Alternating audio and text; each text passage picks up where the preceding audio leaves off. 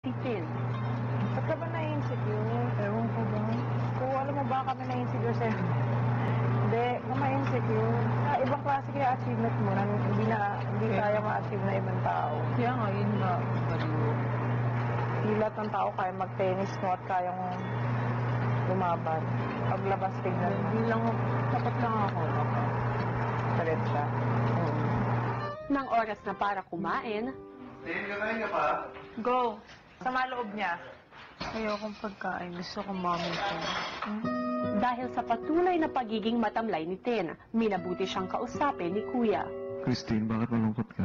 Wala lang po. Miss ko lang po mom ko.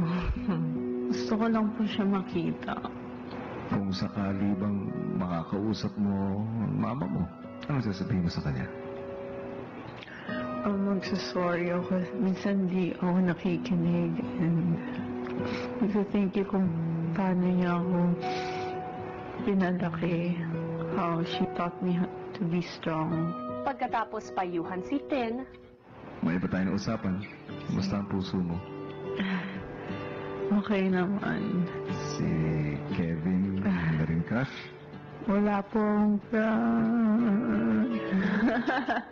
Si Slater, hindi mo crush?